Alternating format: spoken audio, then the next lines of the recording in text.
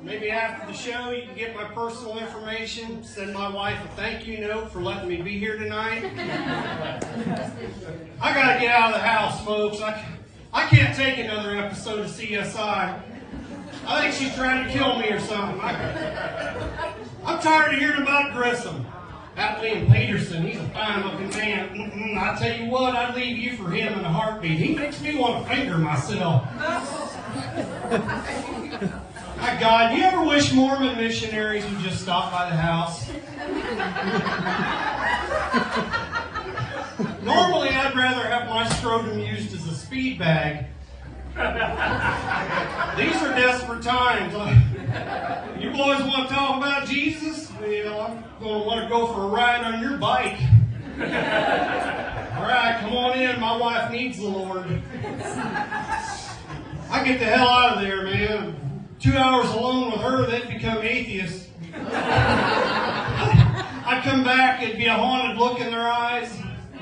You boys, I get it now. You boys ain't afraid of hell anymore, are you? Welcome to my church. I normally, when I was single, I hated unexpected drop-ins. Don't you guys? If somebody has your cell phone, has a cell phone, they have your number, they just show up. I used to go to the door naked. I don't give a shit. You can't give me a 5-minute heads up. I can't put on pants. That's the way we roll. It's the only way they'll learn. You'll lose more friends than you keep, but it's, you know. Now I pray for unexpected drop-ins. Hell, I don't care if they're naked. Maybe we got visitors, put down newspaper. You don't believe me? Get my personal information. Try me. I never show up anywhere unannounced. That's just the way I am. I always call first. Even my first marriage, I never went home without calling first. I think that may have been the secret to the longevity of that marriage, to be honest with you. Now she's having an affair right under my nose. I just figured she's in the bedroom watching one of them storm chasers or something. Like, oh God, it's so big. You sure that wasn't a cow?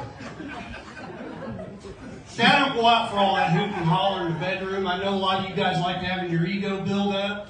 The way I feel, if she's not complaining or leaving, I'm doing all right. You know?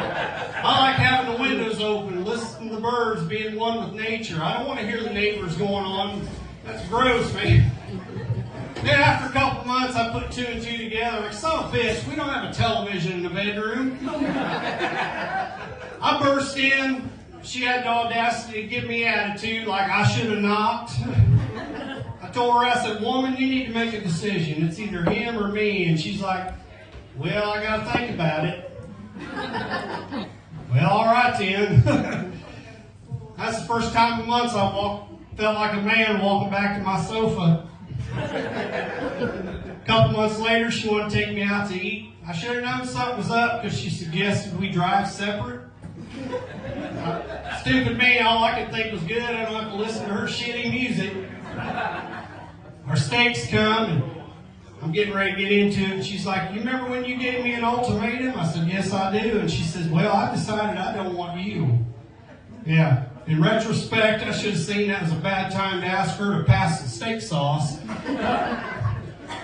She took half my 401k when she left, which I thought was weird because she hooked up with a fella that had money.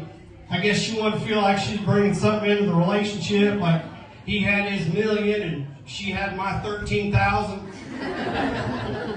I like to think they put them together and bumped them into a higher tax bracket. That's all she took, was half my 401k. She let me keep the trailer, which is good because I went in debt building on that addition. I don't know, man. I wish I'd have married that girl I was seeing overseas. My dad was prejudiced. He says, you come home with a Japanese wife, I'm taking you out of the will. Yeah, that sucks. Sorry, Kiku, I love you, but I've had my eye on that velvet painting of Elvis. My first wife left me because she said I let myself go, which I thought was weird because I was chubby when she met me. Like, she saw that as potential for expansion. I got so fat when I was married to my first wife, she used to track my location using Google Earth. Those images aren't always current, but I don't move around a lot. So I'm lethargic, I am. I like to nap. That's what I do. I get poked a lot. You ever woke up, somebody holding a small handheld mirror under your nose, seeing if you're breathing? Like your supervisor, like, you dying or napping? I didn't know if he was mad, so I let him load me onto the ambulance.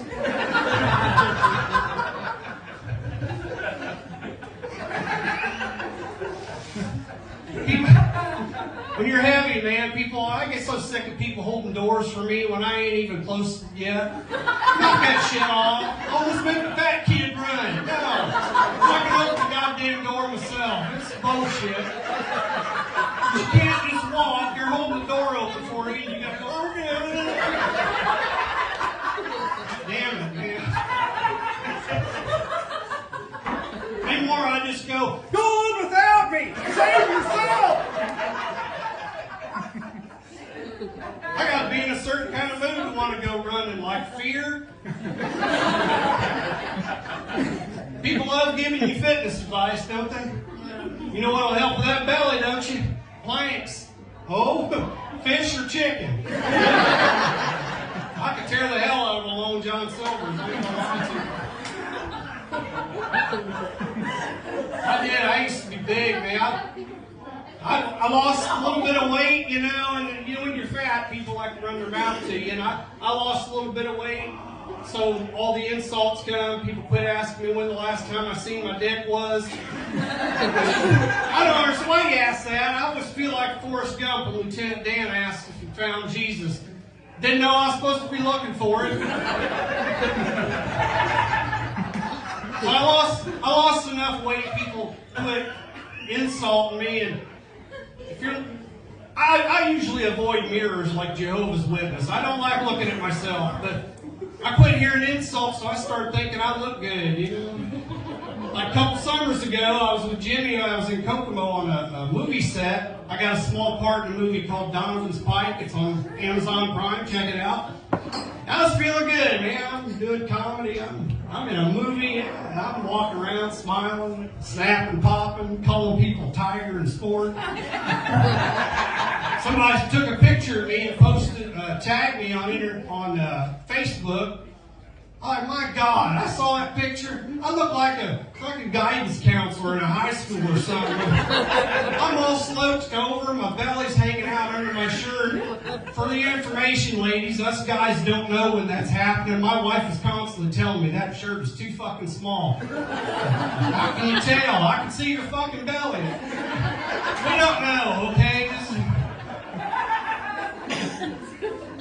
I look terrible. I can't believe I was walking around feeling I look like an idiot.